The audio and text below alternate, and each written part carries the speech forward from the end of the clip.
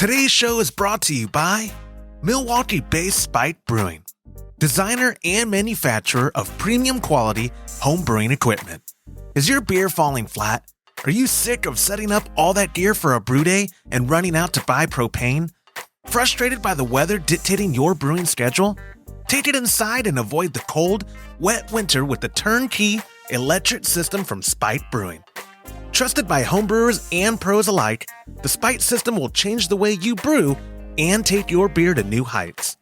And whether you're interested in a simple upgrade from a glass carboy to a stainless steel fermenter, or you're switching from propane to electric, Spike Brewing has the solution for you. Reach out today to spikebrewing.com/homebrew happy hour, and their team can help you figure out what you need to make the most of your brew day. Spike Brewing. Pursue what's possible.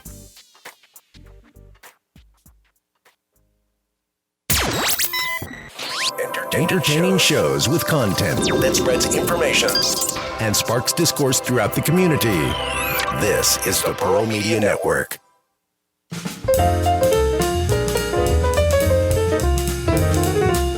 Hello and welcome to the Homebrew Happy Hour. This is the show where we supply the answers to your homebrewing questions and discuss all things related to craft beer. If you have a question you would like us to discuss on a future episode, you can go to homebrewhappyhour.com and click on the submit a question link at the top of the page, or now you can call or text them in by using 325-305-6107. I am your host, Joshua Stubing. Today I am joined by the Director of Operations at cmbecker.com, Mr. James Carlson over there, as well as the President and Chief Keg Washer of kegconnection.com, Mr. Todd Burns down there. Gentlemen, how are y'all doing? Fantastic. Mr. Burns? Good. I like, again, the turn taking. I also like, too, that, we record these weekly, and y'all are at the office headquarters, and there's a guy who works for Todd who's probably the best worker ever, Vilver. I know when he's in the office because you can't miss him. When he's outside of he's being quiet enough, but when he's outside, he's right outside James' office. James has a door, it's shut, and you can still hear Vilver clonk, clonk. Like, Todd, what is he? I know he's like, today he's building regulators. He is like, he's on it though, dude. He's like, I've never heard more of a hardworking man audibly than just like James and I were small talking before you joined the call, and James was like, "Can you hear me fine?" I was like, "I hear you okay, but I really hear Vilver perfect, like just clonk clonk clonk clonk clonk clonk." I'm gonna start doing that when I come up there, so you know that I'm working, Todd. I need you to know. Yeah. Anyway, it has been a dreary week here in the Austin area. Just rain and cold. I almost wore my big Arctic tundra jacket and my beanie and whatnot because it's like 40 degrees here. Is it ugly up there as well, or is it just me? It's beautiful. It's raining. Yeah, it's beautifully dreary. Yeah, my dad. Anytime you tell my dad, "Oh, what a nasty day! It's raining out there," he's like, "It's beautiful." We don't get a lot of rain here, so we don't. Oh man, your dad came when I was up there on Monday. Your dad came over because your mom. We said it last week. Your mom had surgery. She's doing better. She's home now, right? Yep. She just got home yesterday, and so she's healing up. But you were watching his dog, and so he came over. It was like 9:30 at night to come pick up his dog. We'd had a few beers by then. We had a few beers by then. We started at 4 to do those tastings, right? He came over to share one with us, which was fun and good time. And I love talking to your dad. Like he's so interesting. What is he? 84 or 85? I forget. 85.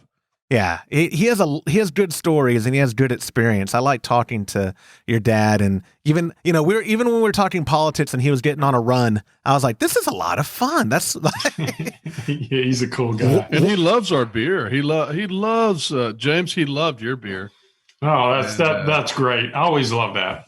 Yeah, he did have a lot of good things to say, and I forget what you even have left on tap now. Oh no, pardon me. You had nothing, Todd, and then you added James's the Fat Tire, the Amber Ale, the Fat Tire clone. Yeah, and then you have a Vienna Lager Dos Equis. I was going to laugh that you didn't remember that since we did beer tastings with both.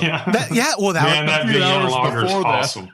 that was going to be my segue to saying that we recorded the first 2 episodes of our new weekly show, Recipe Recap, and it's going to publish to members of our Patreon this coming week, Monday probably, because I already have them done and edited, so we can release it to them. And then beginning in March, Monday, March the 2nd, is going to be available to the general public, episode 1, and then it'll be a weekly thing. We're doing it for the patrons first because, well, one, that was a perk of joining, was that once we got to a certain number of Patreon members, we were going to do a new show and blah, blah, blah. So we hit that number really quick. Funny enough, like right after we announced the Imperial partnership, where all these recipe kits at the $35 level and the $50 level are now shipping out with Imperial liquid yeast, we blew past our goal of Patreon signups. Like everybody, I love that. Yeah. And again, I know it has nothing to do with our content. We're okay with that. Thank you for being a part of our community. But we also figured we've been wanting and been asked before to do episodes talking about the recipes that we brew, creating them, the brew day experience, and then comparing them if they're like a clone kit or whatever commercial beer is close to it. So it's like a win-win.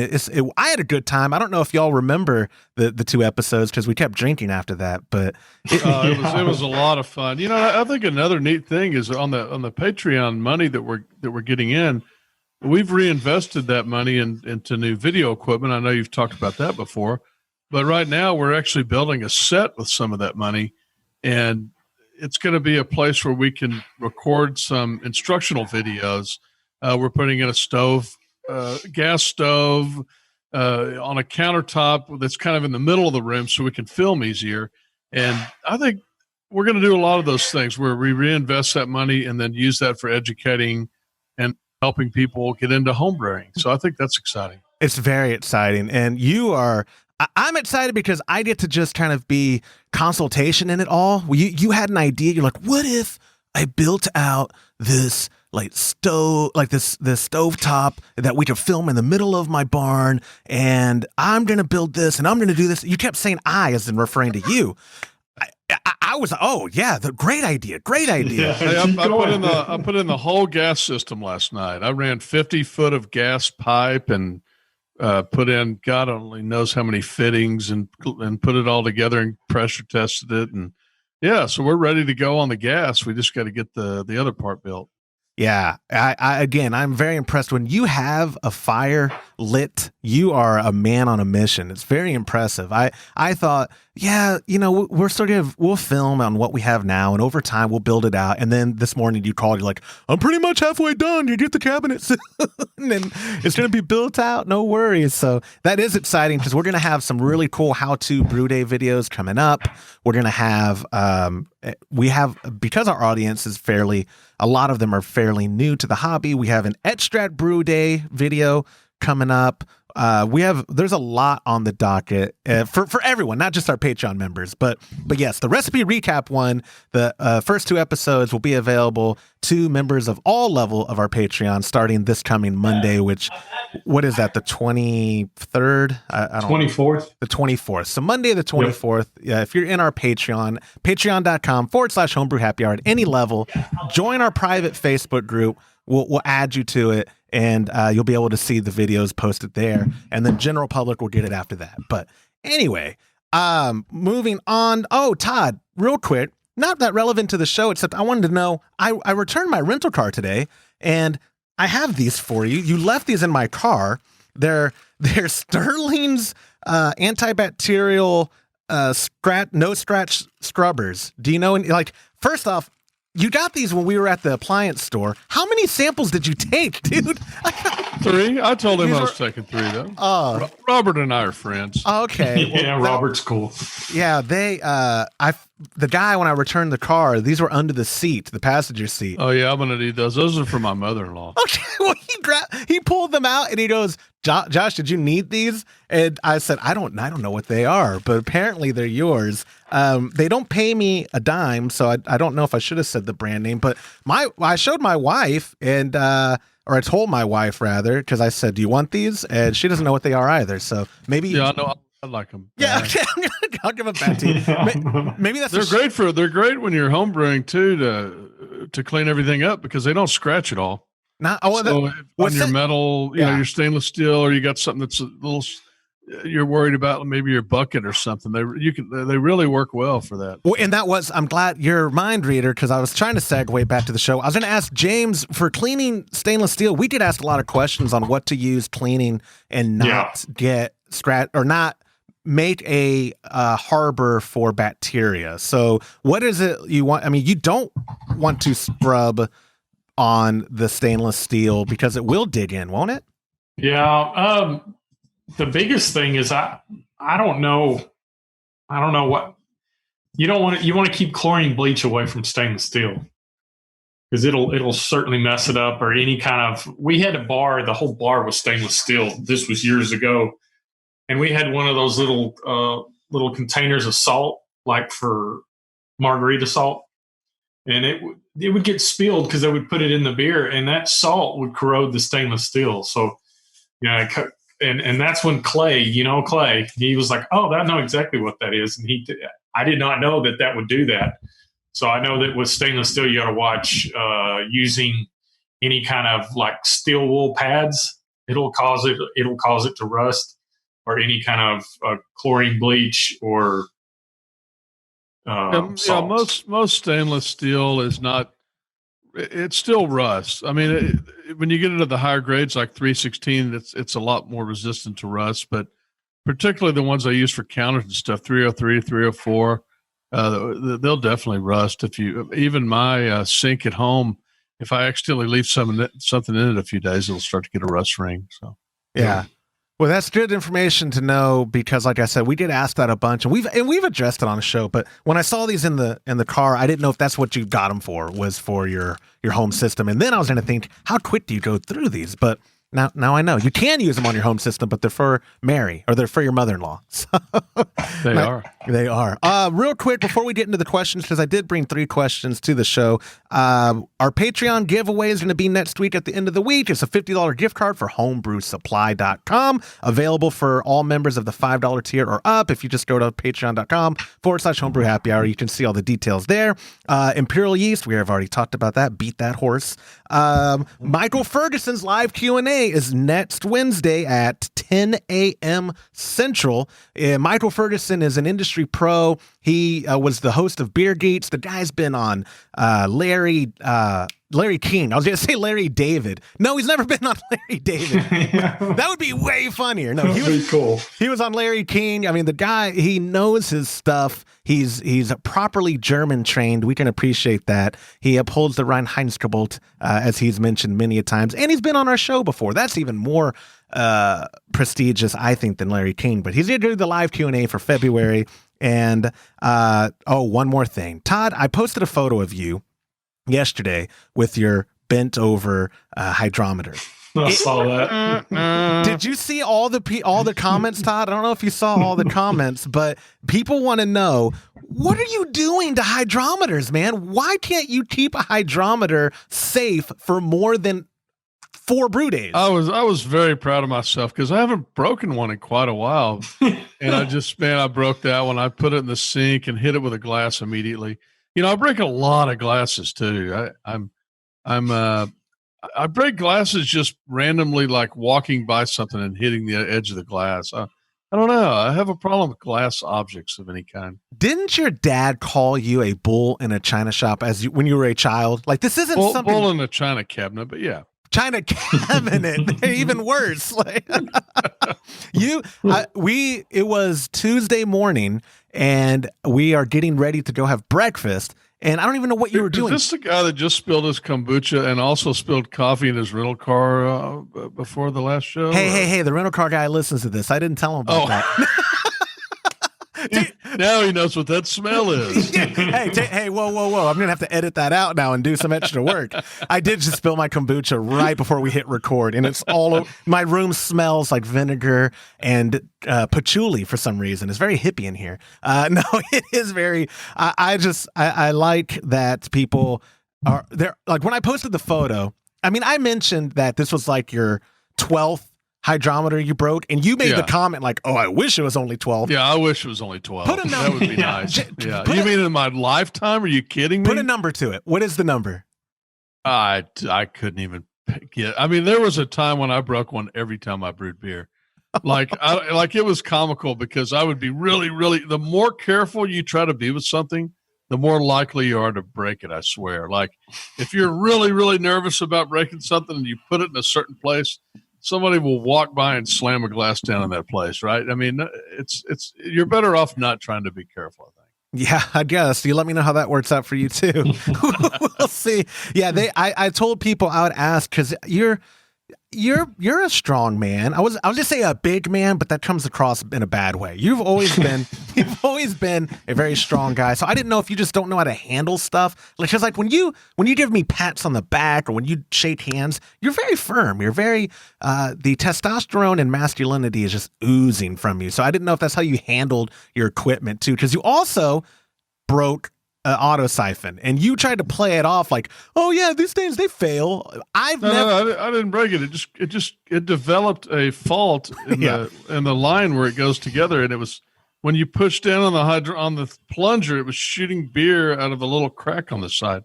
But I had another one crack too. Not my fault at all though. Just purely. Can you show the YouTube audience what kind of force? Because when I do the auto siphon, I go.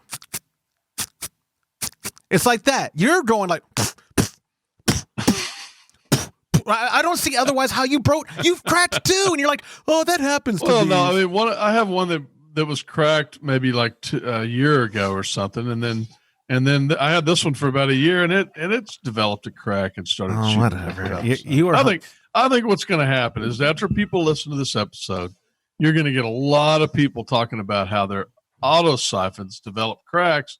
And then we're going to find out that it's an industry issue that we need to address. Yeah, yes, that's right. Crack the case of industry-wide epidemic. Forget coronavirus. It's about the cracked auto siphons. Anyway, I just had to bring that up because people were genuinely curious. They're like, I've been using the same one for 15 years. What is he doing wrong? My dad gave me 2 hydrometers. He was like, I have these hydrometers from when I used to brew. And he handed them to me, and I looked, and one of them was made. He bought it. It had the price tag on it with a date. He bought it in 1962. And was still using it. But you've gone through 62 in the first year of He's had it 58 years. My dad's had that hydrometer. It will be broken at some time in the next 3 weeks, right? Yes, it will. Don't use it, Todd. Just put it on the wall. Yeah. Oh, goodness. So, yes, like I said earlier, we do have 3 questions for this week's show. So let me get started by reading question number 1. Comes from our friend Will, who used the submission form at homebrewhappyhour.com. Will wrote in, Joshua, I have several questions, most of which I think you will be able to answer without the help of those other guys. Thank you for your confidence, Will. I recently purchased the Cooler Brew and set out to make my first true all-grain beer. I chose the Founder Stout clone that you have talked about. All seemed great until I went to lauter. At this point, I found that I had clawed the false bottom piping. My first question is, with the initial pouring of the grain into the cooler, I started stirring right away to prevent dough balls. Should I have poured in a lot before starting to stir? Then the next question is with the fly sparge. How much water should I keep above the grain bed? I let the water get close to the grain and it then compacted on me. And then one final question. The beer has been in the primary now for 2 weeks, and I still have a little krausen covering the beer. I use a tilt hydrometer in the batch, and it has not moved from 1017 for a week. I've never had a beer keep a krausen on when fermentation has stopped. Any thoughts on this? I think I will be moving it to secondary soon, despite the krausen still being quite noticeable. Cheers. And then cheers, Will. And then he wrote a PS. I have watched the YouTube video about the Cooler Brew and may have missed some points that could have answered my question. So it's a lot to unpack, but let's start from the top. Preventing dough balls. James, you and Todd, I've filmed a few of y'all's brew days. Yeah. And it seems like y'all have always, like, even when you don't use rice hulls, which we can get to what those do and how that helps prevent the dough balls or the clogging. Y'all have always seemed to simultaneously, you pour, Todd stir, or vice versa. What do you recommend? Yeah. I just and you can do it one-handed. Usually what I'll do is I'll put the bucket, a 5-gallon bucket of grain on my shoulder and pour it while I'm stirring. But we're doing 30 pounds of grain. But I think as long as you just watch how fast you pour the grain in, you can mix and pour at the same time. You'll be just fine. I don't think, as long as you take your time and you stir as you're pouring it in, should be just fine. Todd, you've been doing brew days at your house on your system. I'm assuming by yourself, right? Liz isn't helping you, and they're 15-gallon batches. What are you doing when you're pouring the grain to prevent that? I mean, is it different on a 3-vessel system? Sometimes I pour and stir at the same time, but sometimes when you're first starting, you got to pour some in, and then I pour some in, stir, because it's real heavy. You can't pick it up and do it by yourself. Now, he specifically said that it got caught up in his dip tube and stopped, right? So he got something in there. He may have inadvertently pulled up the false bottom a little bit and got some stuff under there. I'm not sure why he would have gotten enough of stuff under his false bottom to cause it to clog up. I haven't had that happen before. I have had it stick before because on my system, actually, James and I had to change out, and of course, it's not a cooler system, but kind of the same idea. We had to change out the size of the hose and the size of the connections on our coming from our pump because it was slowing down. It was starting to get clogged up after a while. But in his case, I don't know, James. Yeah, I think that a lot of times people think that once you do the initial pour in of the grain, then you can just let it go. But I would suggest stirring it every now and then just to release some of those starches and some of those sugars. It seems to help, especially in your system when we had the flow issue with hoses. We had this, as long as we kept it stirred, it seemed to flow better. And then once 30 minutes in, it seemed to finally start to flow a little better. If you're not doing any stirring after you infuse the grain into the water, sometimes it'll stick like that. So it doesn't hurt to stir off the bottom of the false bottom. And I've had to do that in the past too, just to prevent stuck mash. What, and does, like I kind of briefly mentioned earlier, the rice hulls, I've never used them. I've never had to, but I've heard I've heard Joe, I've heard other brewers talk about using them. They're great. They're cheap too. Is it to prevent the doughing? What it does is it adds space between the grist. And especially if you're doing wheat, any barley that doesn't have a shell, and what's the other one? Rye and wheat that they don't have a hull. Flake corn, and the corn too. Anything like that can compact in the bottom and kind of glom together, and it'll turn into like a starch barrier. Rice hulls seem to help. Okay, it doesn't, and those are safe because they don't affect the integrity of the brew. They don't add or take away, right? I mean, they're the only thing it might do is it will absorb some of the liquid in the initial strike water. But there's calculators online that can give you, once you type that in, it'll accommodate for that. Right. He may also want to look at his ratio. So he may that's a big deal, Todd. His ratio a little thick, and maybe in the next time, dial up the amount of water versus the amount of grain, and that would help as well if you're starting to stick on some. If you're figuring 1-to-1 grain to water ratio, go up to 1.5 to 1.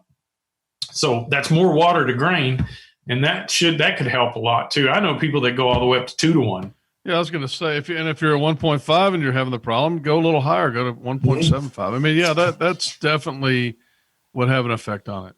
Yeah, or help it. So, all right. So then Will's second question, talking about the fly sparge and how much water should be above the grain bed. I instead of kind of breaking up his whole question into multiple questions for different episodes, I figured to include it just because I've always been curious. One time, my dad and I, it might have been the founders, breakfast stout clone brew day, or it might have been the Kolsch. But either way, one time I posted a video and we obviously or apparently had too much water over from what the average bear would have thought was acceptable, because I posted the video and then immediately people were like, what are you doing? Like, why is there so much water? And I didn't think there was that much. It just wasn't, you could see the level of water. It was maybe half an inch deep, but we usually don't. No, 2 inches is usually pretty standard. 2 inches above the grain bed is usually what most people shoot for. Really? Yeah, and I tend to keep it like that, and it varies a lot. I mean, you're doing 10 things at once, and you look over, and it's almost to the bottom. It's almost equal. And then, 5 minutes later, it's at 5 inches. As long as you get to the point where you got clear water on the top, how much does it really matter? I mean, a lot of times towards the end, I'll let it rise up quite a bit because the water is so clear that all I'm doing is letting it, if I'm done with my, say, 45 minutes and I want to go ahead and put the other in the kettle, move it on and get my wort to where I want it, I may let it rise up quite a bit and then put some over fairly quickly and just let it sink down, because all it is on the top at that point is almost completely clear water. You can see right through it to the grain bed, Yeah, and I think a lot of the concerns with people, if you go over 2 inches, that they claim that you can force some tannins into the bowl pot.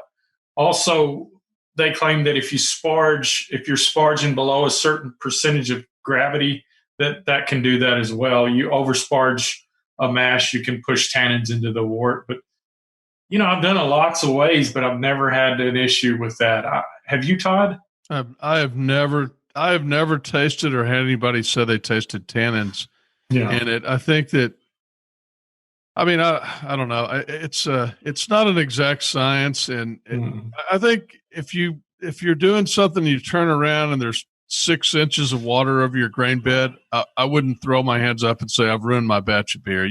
You're probably fine. Okay, and then his final part, wrapping up Will's question. I've never had a beer that has kept Krausen and be done with activity, because he's saying it's been in primary for 2 weeks, hasn't moved from 1017 for a week, but he's still seeing that it's keeping a Krausen on it. I don't know if he means like the remnants of it or literal, because if it was literal Krausen, wouldn't that still mean there's activity and the numbers would be moving, or am I totally misunderstanding? No, not necessarily. You got to think on a breakfast stout, there's lots of proteins, there's lots of unfermentables. There's a lot of stuff in there that can cause that to hang around. Going to have real good head retention when you get done. Just there's a lot of grain that is unfermentable, a lot of dark roasted malt. Wouldn't you agree, Todd? Yeah, I mean, frankly, I rarely see my Krausen because, we're fermenting in a pretty much a closed vessel. We don't take the top off when we're using large fermenters.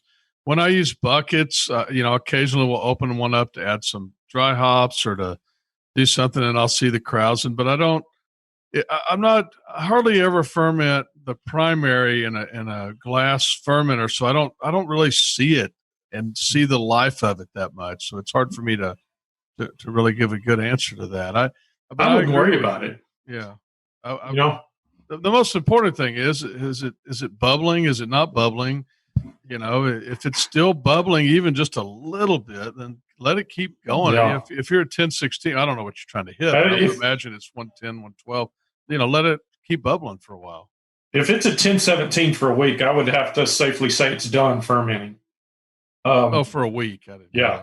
So, if you still got Krausen on top, don't worry about it. The most important thing you got to remember is gravity.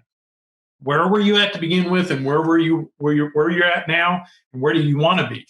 I would say with a breakfast stout, 1017 sounds pretty good, considering all the unfermentable sugars and everything in that. Yeah. So I wouldn't worry about it one bit. I should have pulled up my notes so I could know what the gravity should have been. But again, I don't do my homework. Sorry, Will. But no, those were good questions. And it also makes me, we have been getting a lot of stuff about the tilt hydrometer. I think we need to just, as a podcast, buy one and have it in and then use it and then maybe have those guys on the show. Do you remember we actually met them in the lobby of Portland's Homebrew Con? We were at our hotel. I think it was a Hilton property, and they were at the bar. That's when we met our friend Frank, who's going to be at HomebrewCon in Nashville, Stone IPA on Instagram. We met him there, and we were small talking, and this group of I'll just say dorky looking guys, but I mean that in a loving way, guys. We're at the other corner of the bar and like, oh, we're here for HomebrewCon 2. We're, a ragtag group of developers. And here's, we make the tilt hydrometer.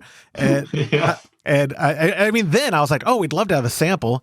I've never talked to them since. I'm sorry, guys. But By the way, I just looked that recipe up, and Final Gravity, they're in at 1022 to 1024. Is it really? Yep. Wow. Yep. I wish again that I had my Brew Day notes. My dad has them all, and he's going to provide them to me because we're going to do an episode of recipe recap on the breakfast stout that I brewed with my dad. I don't know if here's what I'd like to do. I'd like for my dad to come up to the ranch with me and have him do the show with you, me, Todd, whoever's going to be there. That'd be great. Right. That would be fun. Yeah. Is it the lactose that's? Yeah, there's a lot. That thing starts at almost 1080 on Gravity. Does it really? Wow. Yeah. So there's a lot of stuff going on, and it's got cocoa nibs, it's got coffee, it's got baker's chocolate, caramel, 120 Lovey-Bond roasted caramel or roasted malt, Carafa 3.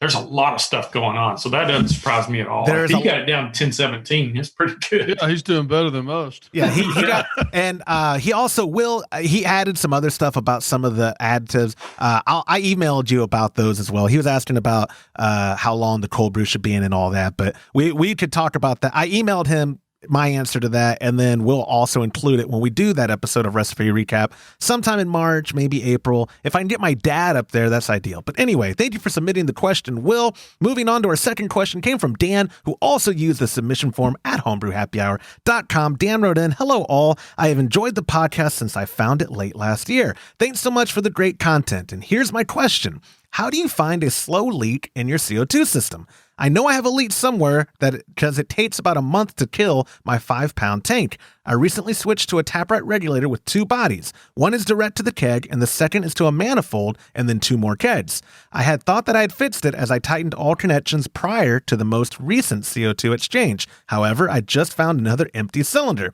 Obviously, this is frustrating and a waste of CO2 and money. Any help would be appreciated. Dan.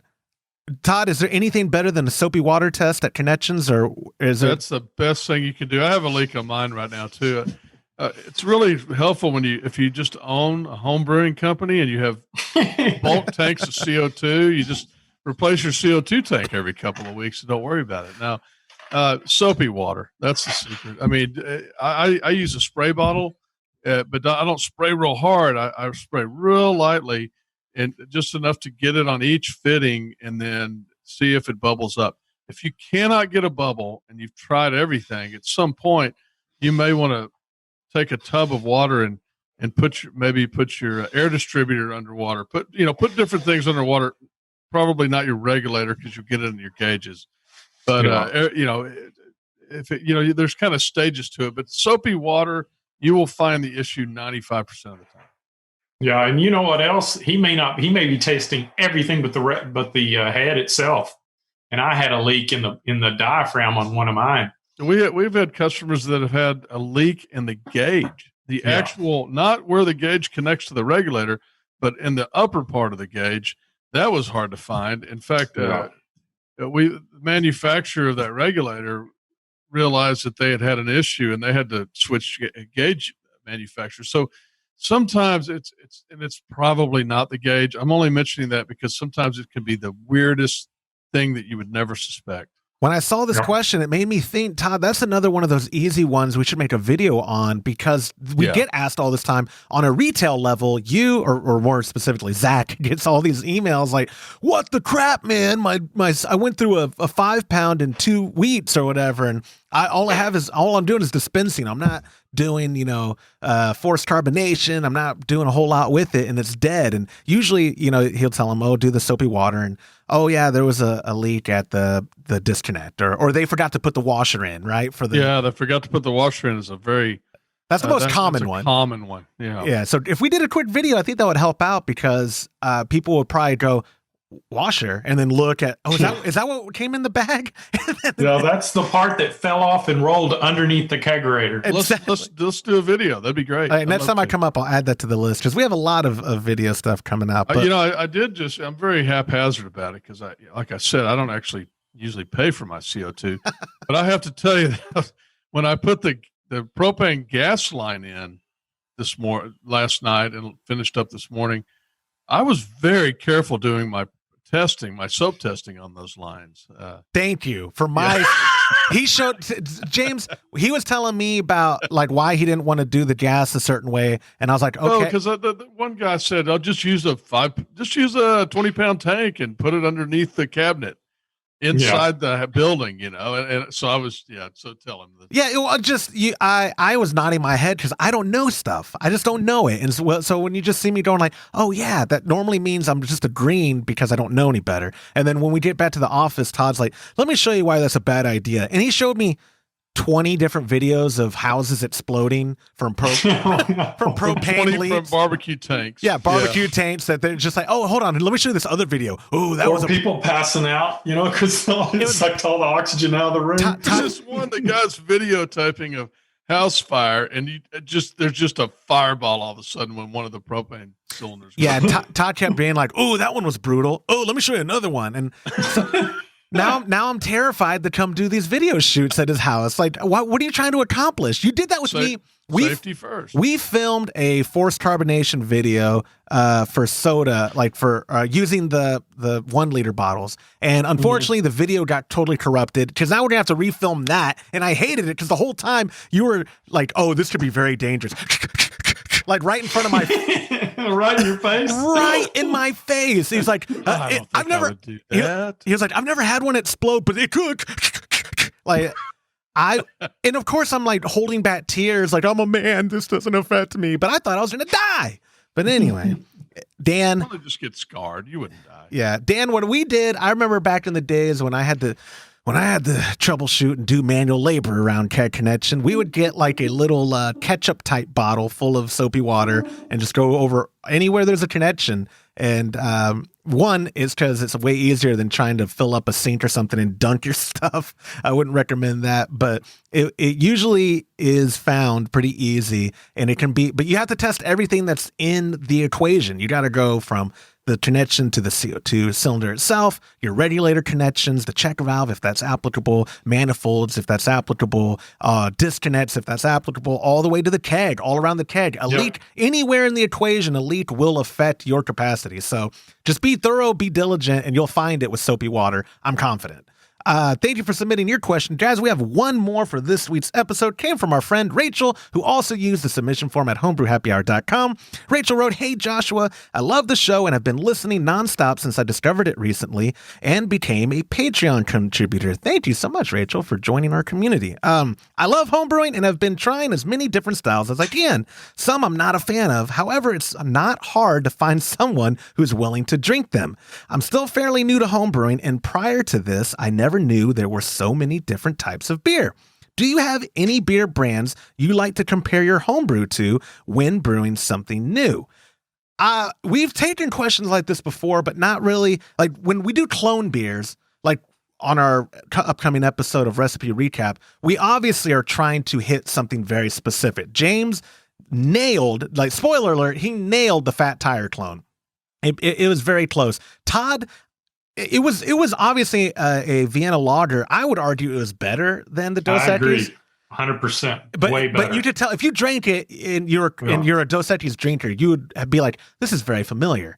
This is top shelf Dos Equis. This is top shelf Dos Equis. So, but I would say, I don't know about you guys. For me, we're always brewing James or Joe's recipes, and so I typically have already had the beer from a brew day before I brew it. So I can't relate necessarily to when we brew a Kolsch, I'm not necessarily shooting for Fru or whatever commercial Kolsch I can get. When you're making a recipe, James, from the book, or is there, like, if you did an amber ale, are you shooting for like a Fat Tire with your recipe, or are you trying to, or what do you do for inspiration for recipes when you're brewing a style? Certainly something that I've had in the past for sure.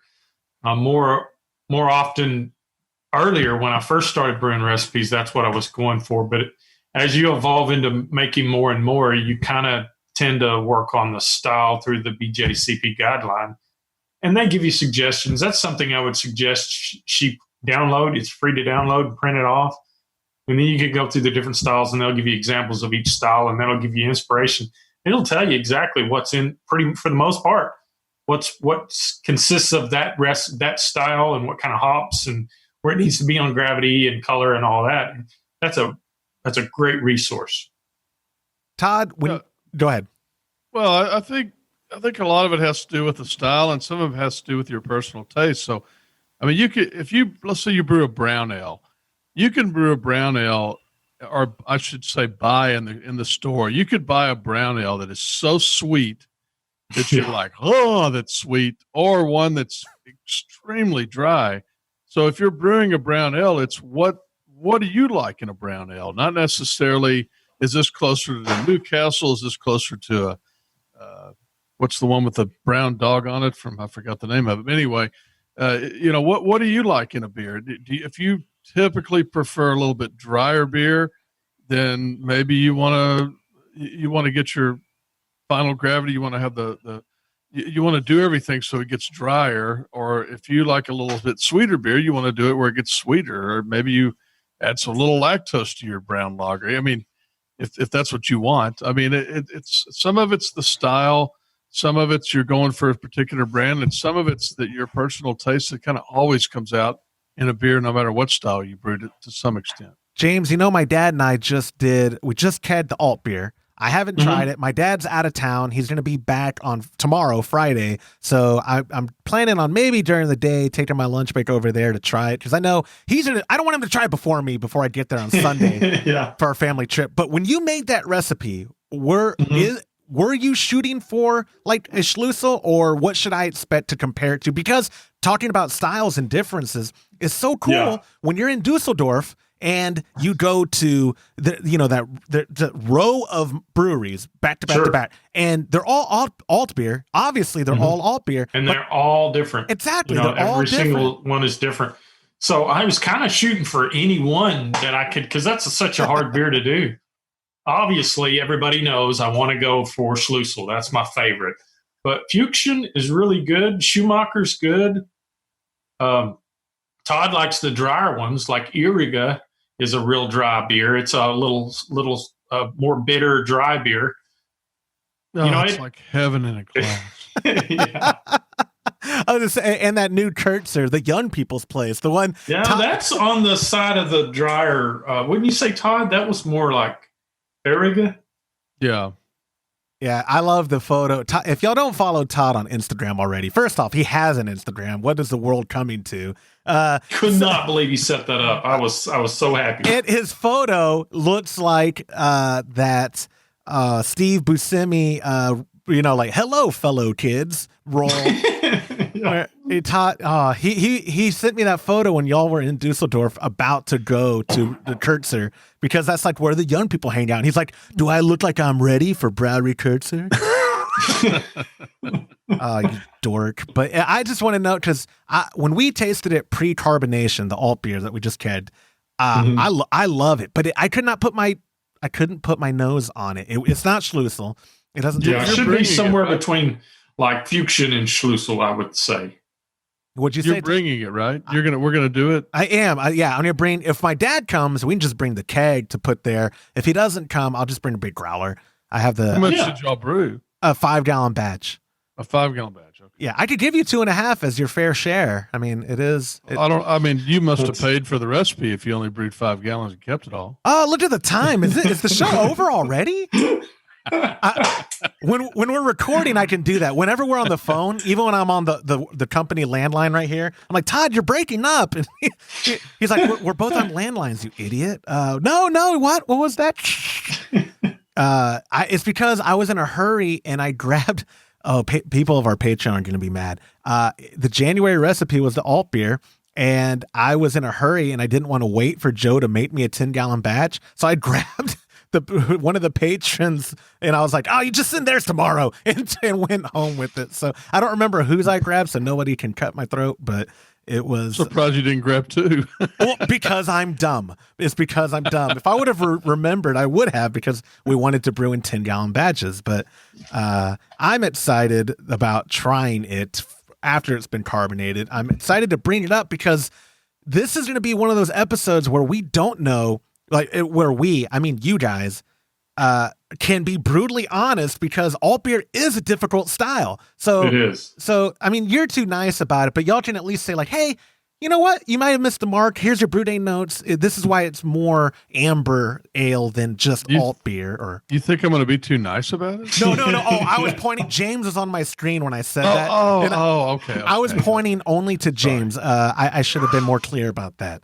But I am. This whole new show is very fun. I say this from the bottom of my heart that I had such a good time recording those 2 episodes, and I did too. It was so much fun. So I look forward to doing that. We're going to try to keep doing 2 episodes at a time, just for the sake of me being able to publish it weekly. So again, recipe recap, that's going to start for members of our Patreon on Monday the 24th, and then the general public will start getting it on Tuesday, March the 3rd, and it'll be weekly. So if anything, that just means more content for you guys for our through our YouTube channel, and as well as an audio version. Because when I announced this new show, I said we'll probably just do it on YouTube, and then I got hundreds and hundreds of emails in 24 hours, because I put out a question. I said, would y'all prefer it to just be video, or do you think audio would matter? Please audio.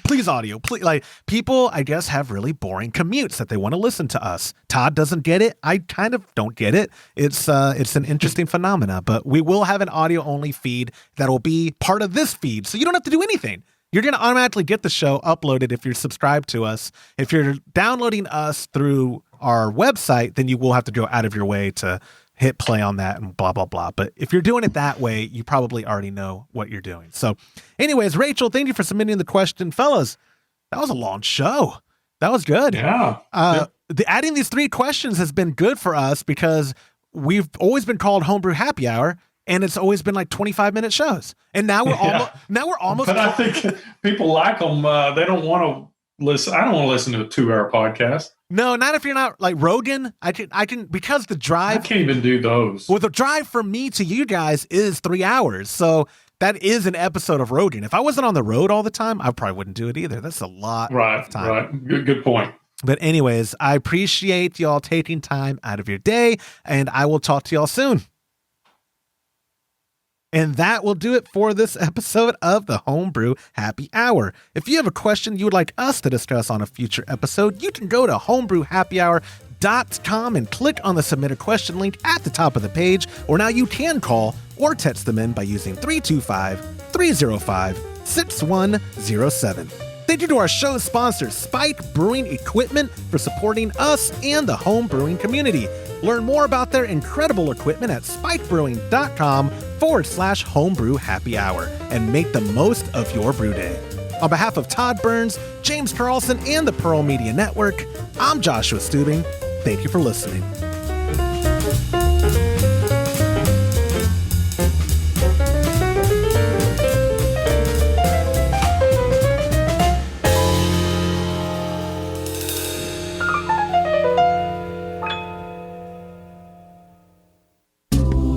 This program is made possible by the checkbook of Mr. Todd Burns and by contributions to our newly launched Patreon by viewers like you. Visit patreon.com/homebrew happy hour and join our community. Thank you.